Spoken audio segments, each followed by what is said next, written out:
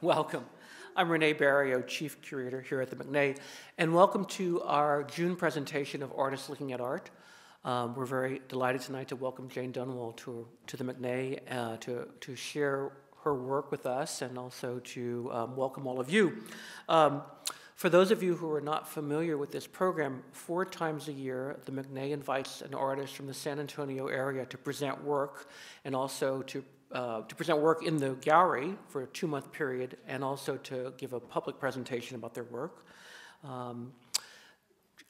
For this year, actually, Jane was the first artist that I selected for the series, and when we started looking at her work and thinking about the way her art intersects the worlds of fine art and fine craft, that led to this exploration throughout the year of artists who take materials that are traditionally associated with crafts and use them in a different context. So if those of you who've come to some of our other presentations maybe saw Wesley Harvey's ceramic works, or in August we'll have Kathy Cunningham, who deals with glass. So we're looking at artists who are thinking about the ways that they can extend those materials into new directions. So we're really delighted to have Jane to present. She was, as I said, she was the sort of inspiration for this year's series.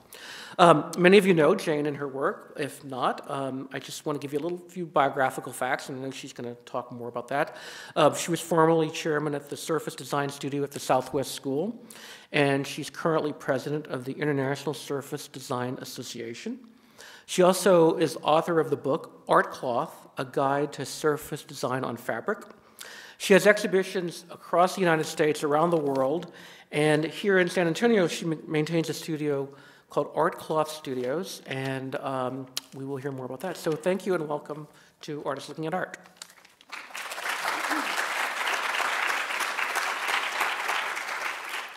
Thank you, Renee.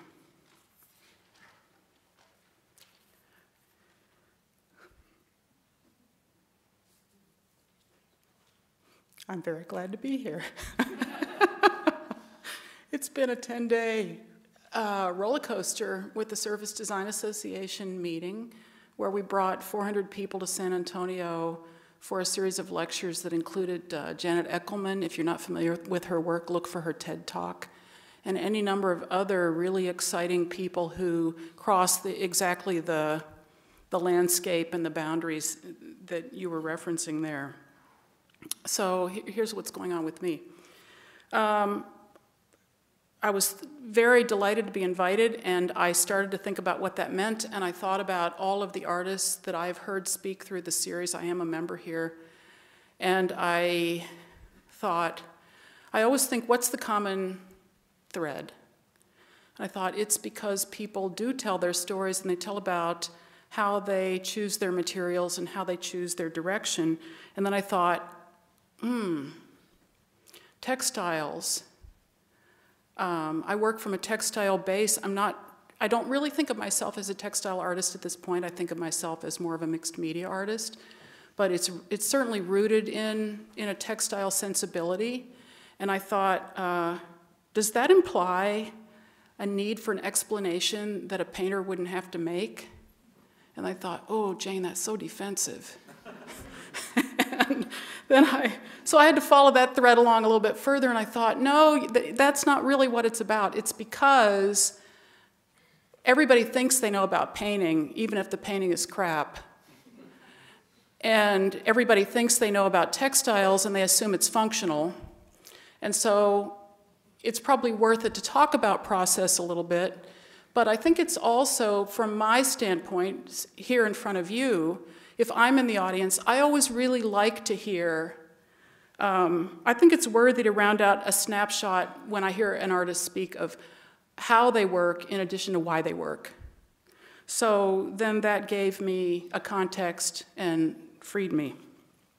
And here we are.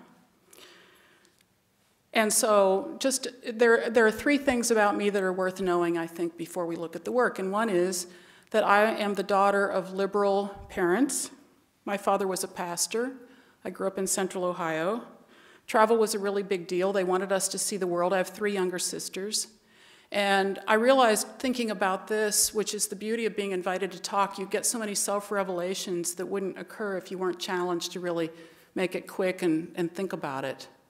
My parents wanted to see the world. They were Depression-era parents, and so showing us the world was a way for them to see the world.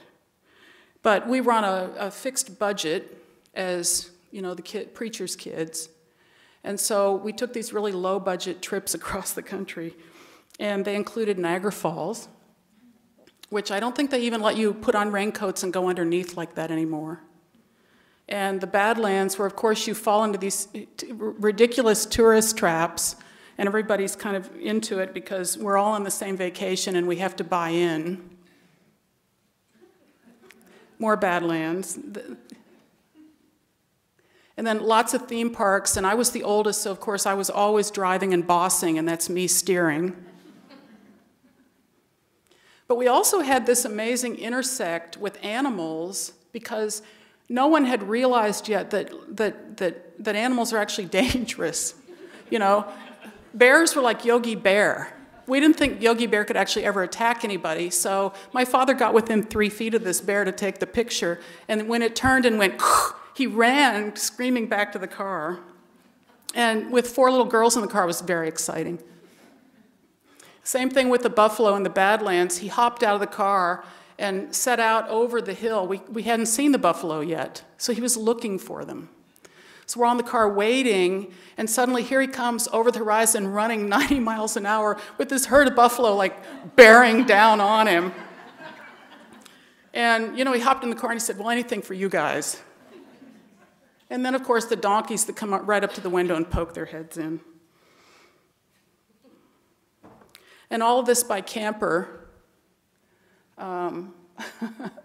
And we had numerous breakdowns because he loved to drive 90 miles an hour. And the wheels on the camper were so small that they would just blow out right and left. So we had plenty of time to get out. And eventually he just bought 2 extra tires for the trailer, the camper, and kept them in the trunk next to this huge box of tampons.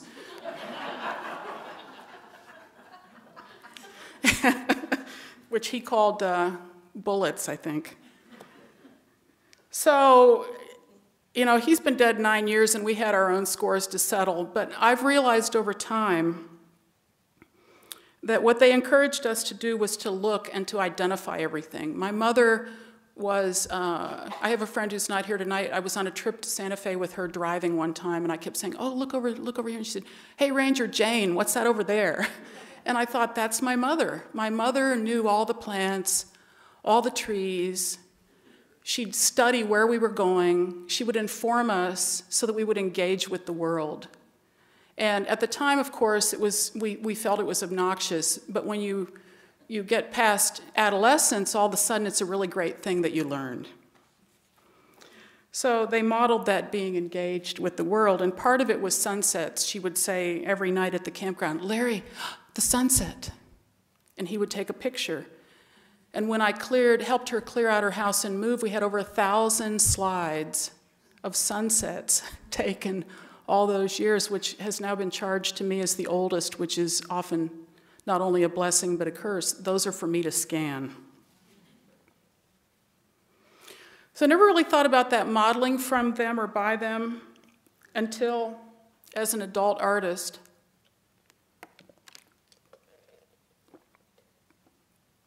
I decided that I would commit to a practice. We're all different, but for me as an artist, a practice is an important thing. And as an artist, I want to ramp up how I see the world. I want to ramp up my looking. And so in 2008, I received a digital camera as a gift, and I decided that year I would take a picture every day and post it on a site, a blog site, which I named Daily Visuals.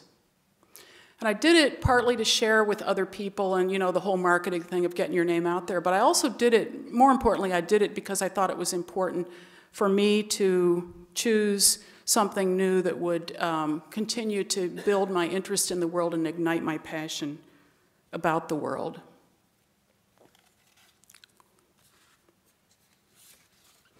And it wasn't really only about shape or color. it was partly about the projected story. I always look at the pictures that I take and I think, what's really going on here? What's the story? What's the underlying sort of thing people won't talk about? Because my background is in psychology and religion, and this does inform how I see the world, and it informs how I make art.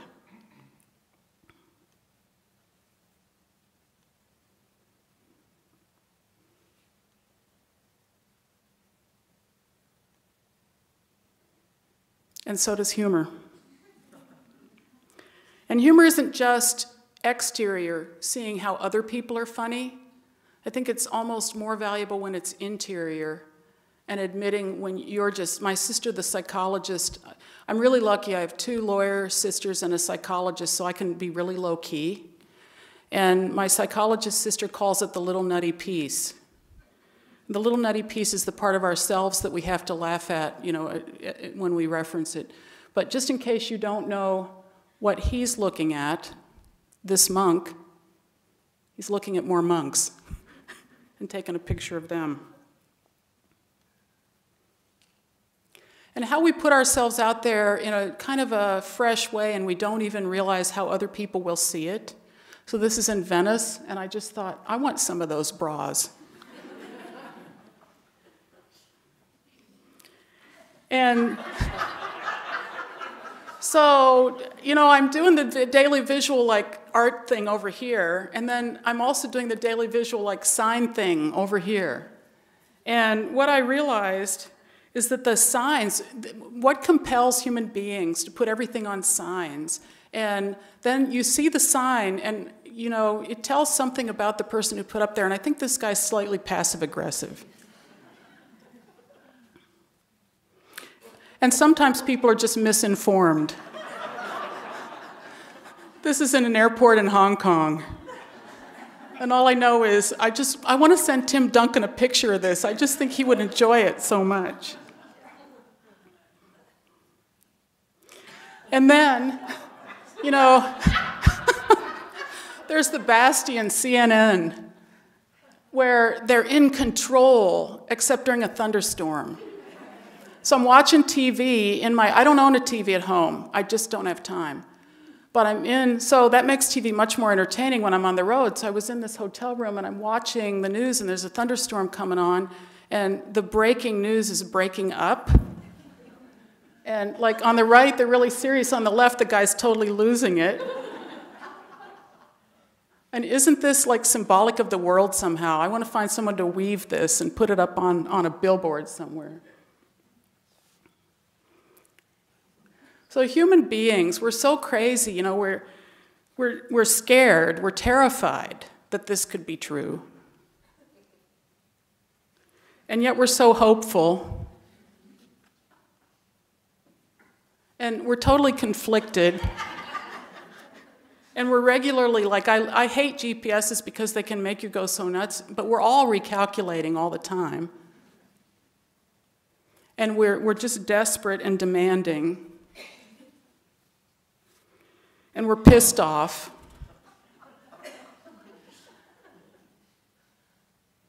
And we're so incredibly alone and lonely. And so time leaps up, and that's the energy that I try to use in my work. And the third construct is this deep appreciation for the natural world that was built by traveling across in this crazy camping trips with my parents, but has resonated even more as an adult, because as an adult you can't deny or get away from how fragile the world is and how human beings are corrupting it on a regular basis. This nest blew out of the tree 3 or 4 days later after I took the picture because it was partly made from plastic and garbage bags.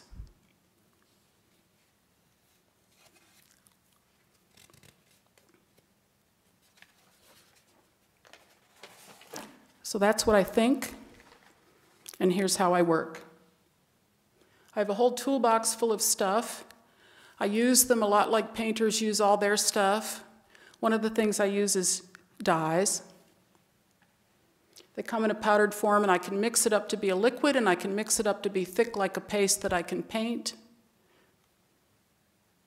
I use a lot of almost embarrassingly simple products like flour paste to coat fabric, and when it dries and cracks, I can put another layer over it and end up with the most amazing, beautiful, aged sort of texture.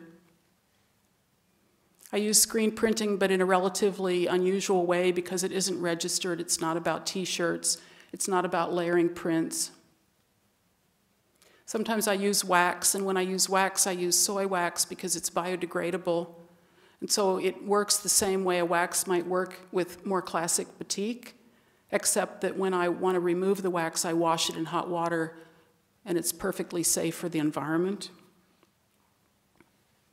Sometimes I use really unorthodox tools like children. I needed some body prints, so I called up a friend who still has young children, and on a July afternoon, I packed in the popsicles and invited these kids to come over, and we painted them. So there's Evan. So Evan's getting really ready, and now I'm printing Evan. And once they were finished printing, they went outside and hosed off and had their popsicles, and everybody won. And those are the prints that I made, which were actually going then to a show that was in London. So in 2008, I had the good fortune to be invited to go to Australia to teach for 8 weeks. And I had a down week, and I spent most of it in the Perth Natural History Museum. And I took pictures of these skeletons and animals, and they were in these glass cases, and the lighting was it was great for an exhibit, but it was horrible for photography, and so there were these sort of weird lighting issues. But I was fascinated by this because they had a collection from all over the world.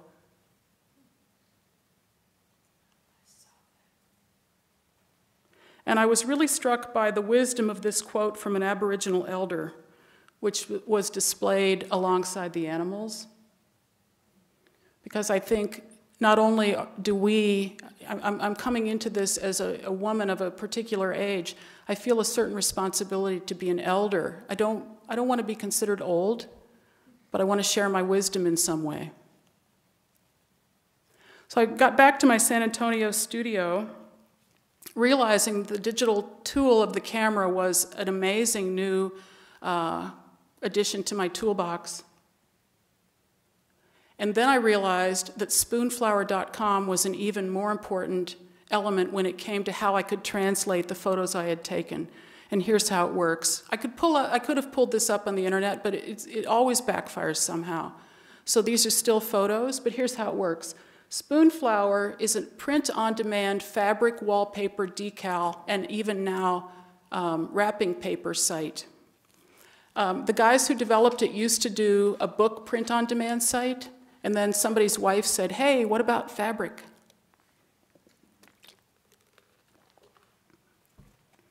So this is the kind of stuff that's popular, and the thing is, it's so democratic. Anyone can set up a name. Anybody in here could load photos, play all day, never pay a dime. You never pay till you order the fabric. And you could go online and buy fabric from any of these people. And they have contests every week, and they are all themed, and the only time I entered, I came in last. But I didn't really want to use it the way most people use it for an Etsy site or for home dec or for doing little kids' clothing. I'm past that point. But what I did want to see what would happen with this. So here's a picture of a dahlia. And there's the dahlia uploaded to the Spoonflower site. And then I have all these choices. I can choose the media. I can choose the repeat format, and for anybody if that's unfamiliar to you, it means various ways of laying out the pattern. And then I can choose the fabric, and there are 8 or 9 choices. I could do upholstery. If I could do all the chairs in here, and frankly, they'd look better than they look right now. And then I can decide how much product I want. And that's what that image looks like put into a repeat pattern. And that's what it looks like put into a 2-yard length. So I thought, okay, this is pretty great. If I can do that with fabric, what would happen with my images from the Perth Museum? So I put up the tiger, and that's what the tiger looks like in the repeated pattern, in a 1-yard section. And there's a close-up so that you can see this mysterious sort of ethereal thing that's happening. The tiger is disappearing. And this was true of every image of the animals in the glass cases that I put up, and suddenly I had this like knife to the heart realization of how this represents or symbolizes somehow what human beings are doing to some of the animals in the natural world. They're gradually disappearing. So I'm not really happy just to put that fabric up and use it the way it came. You know, I'm a surface design artist at heart. So I got the fabric and I dyed some of it. The panel on the left is that same thing, but what you're seeing is almost like an X-ray now that it's been over-dyed with the red. You see the bones of it, but not the color. The tiger pattern was over-dyed also, and I collaged all of those together, and then I went out looking like a scavenger hunt for images that were maps and charts and proof of how human beings organize the world according to what we understand, and then impose it onto the natural world. I thought, I like this, I'm going to do a little more, so I tried it with the elephant. And you begin to lose the elephant. I tried it with a lot of plants and flowers, mainly from my backyard. This is the sumac. There it is in the repeat pattern. And there's the finished piece, which is 120 by 65, and has now become part of my Sacred Planet series. Sumac, smoke plant, elephant, smoke plant. And then we roll around to the piece that's actually on display here in the museum. Once again, an image from the Perth Museum, turned into the repeated pattern, turned into a 2-yard length. And in this particular case, because of the kind of show that this piece was going to, I did a little dyeing, but I embellished it mainly with printed black sand. So if you look at the piece closely, you'll see there's a lot of this sort of the pattern disappearing into the sands of time. There are 22 pieces in this series that I call the Sacred Planet, of which the myth of human superiority is only one. And I look forward to answering any questions either here or upstairs at your leisure. Thank you for having me here tonight.